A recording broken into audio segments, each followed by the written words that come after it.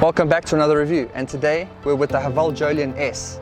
So stick around because we're going to take it for a drive, we're going to have a look around the outside, we'll see what makes it look different, as well as where it fits into the rest of the Jolion range.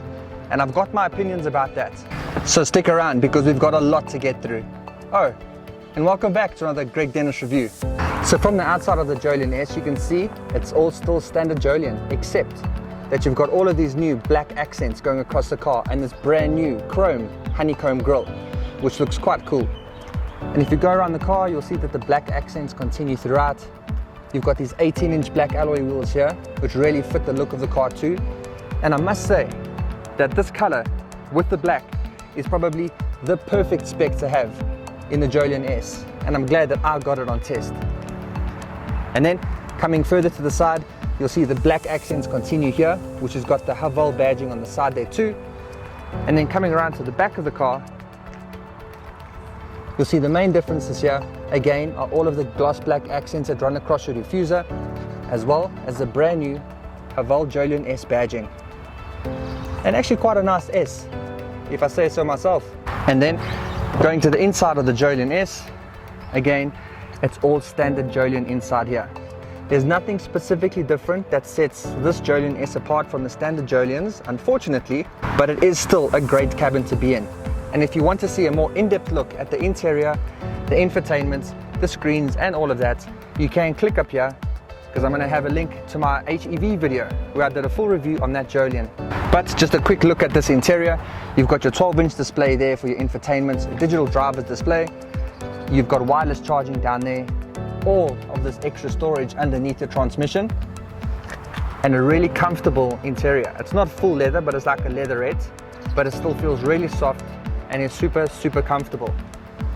And yes, there is a full panoramic roof up there. The Jolion interiors have always been on point, especially if you've got the luxury and super luxury models that have got little bits of added extras.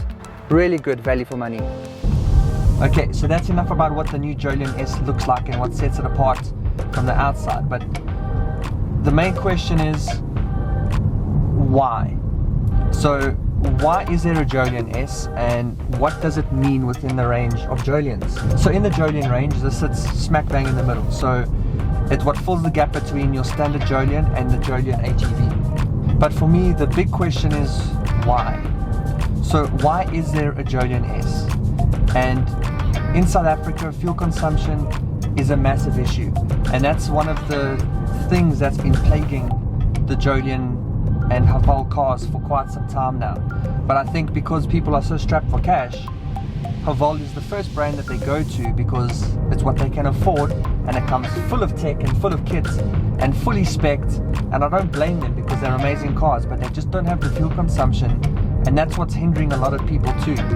So if you are going to be bringing out a new model, then it either needs to address the fuel consumption issue, not make it worse, or it needs to be more out there and be something that people buy because it stands out, it shouts, and it does everything that the Haval H6 GT does.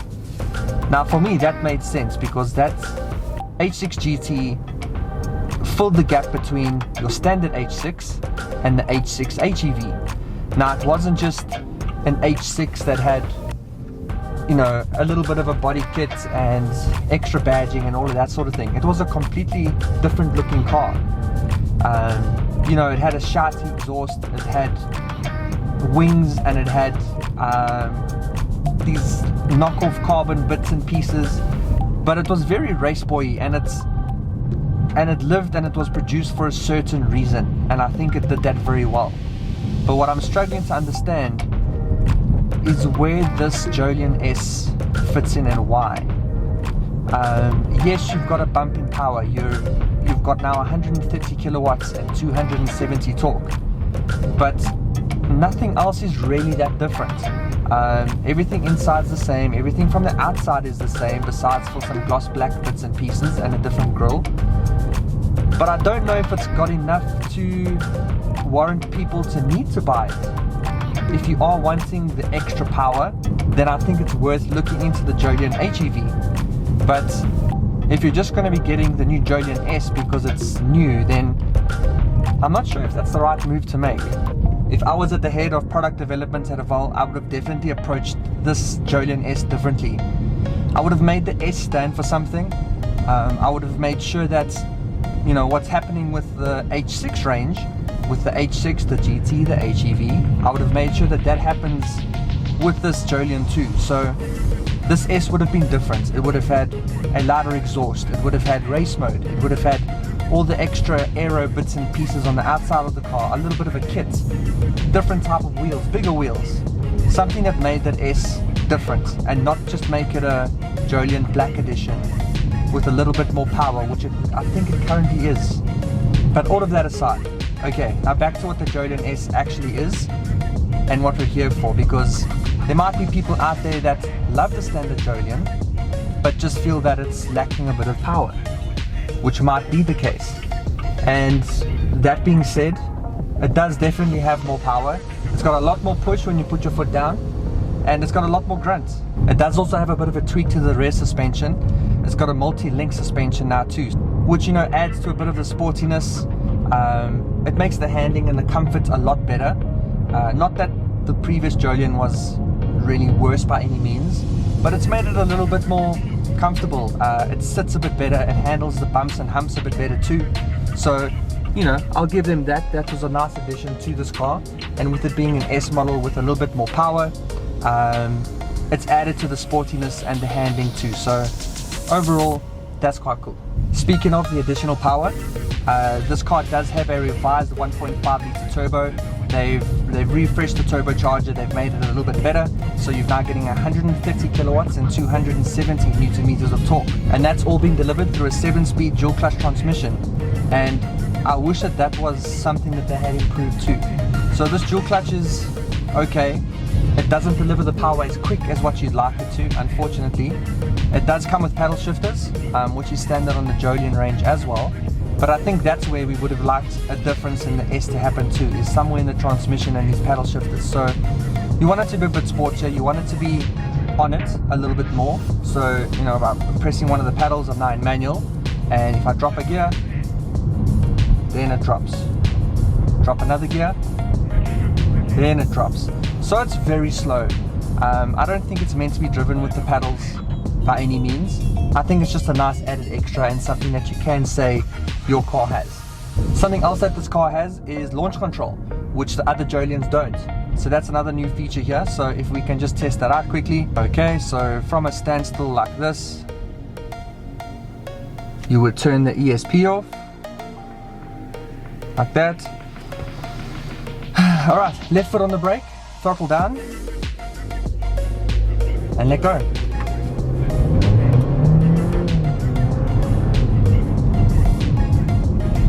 Yeah, it's not the most pleasant experience. Yeah, I don't know. It's there. I don't think people are going to use it, but again, it's a nice feature to add on to your Jolion S. Put that ESP back on. And then just coming back to the conversation about the transmission, it doesn't like to be operated at slow speeds, and I find it quite difficult to actually navigate and move this car around when you're doing less than, you know, or between 10 and 20 k's an hour. So if you're in your driveway, you're just trying to nudge the car a little bit forward, or you're trying to reverse into your garage just slightly, you can't just slowly push the accelerator down because nothing happens. It then decides and realizes what you're trying to do, so it puts you in motion, and you end up with this back and forth movement at slow speeds, which is not very comfortable, and it's not an enjoyable experience. So I'm not sure how they can tune this transmission.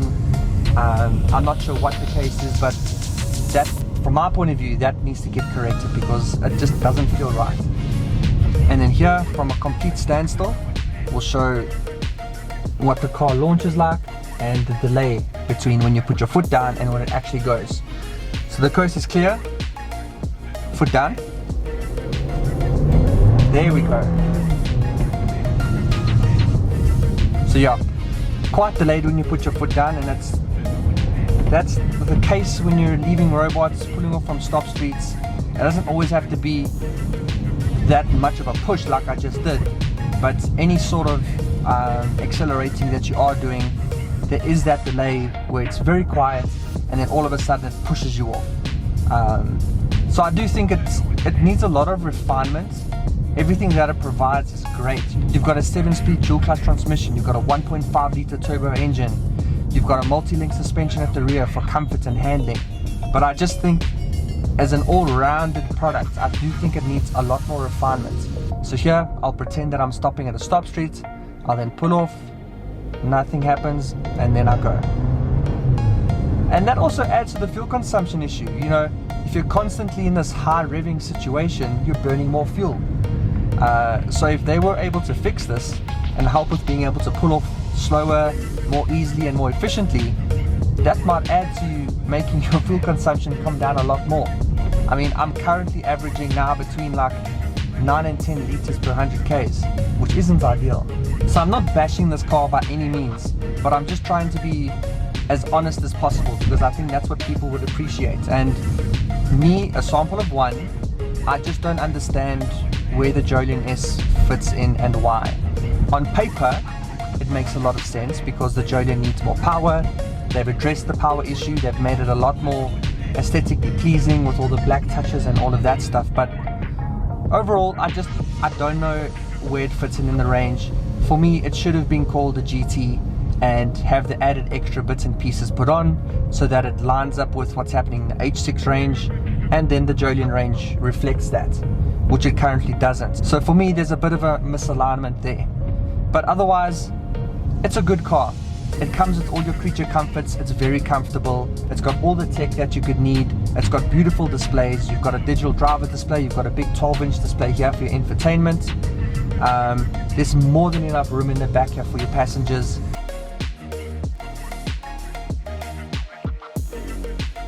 Okay, so it's now time for that part of the review, the GDR test.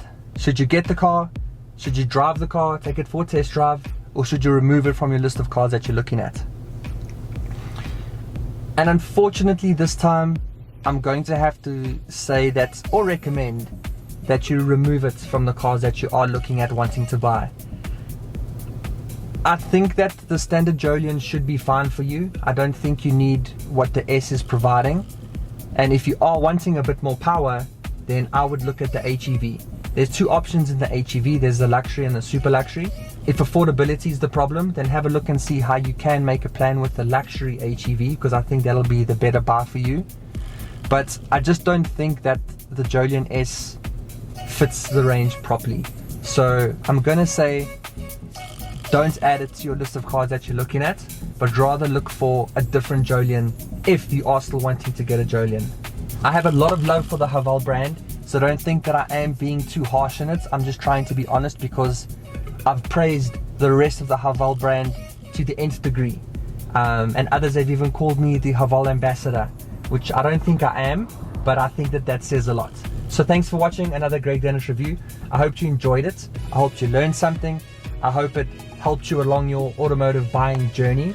And if you did, please will you consider liking this video and subscribing, and comment down below if there's any other cars you want me to have a look at and review. But until then, I'll see you next time.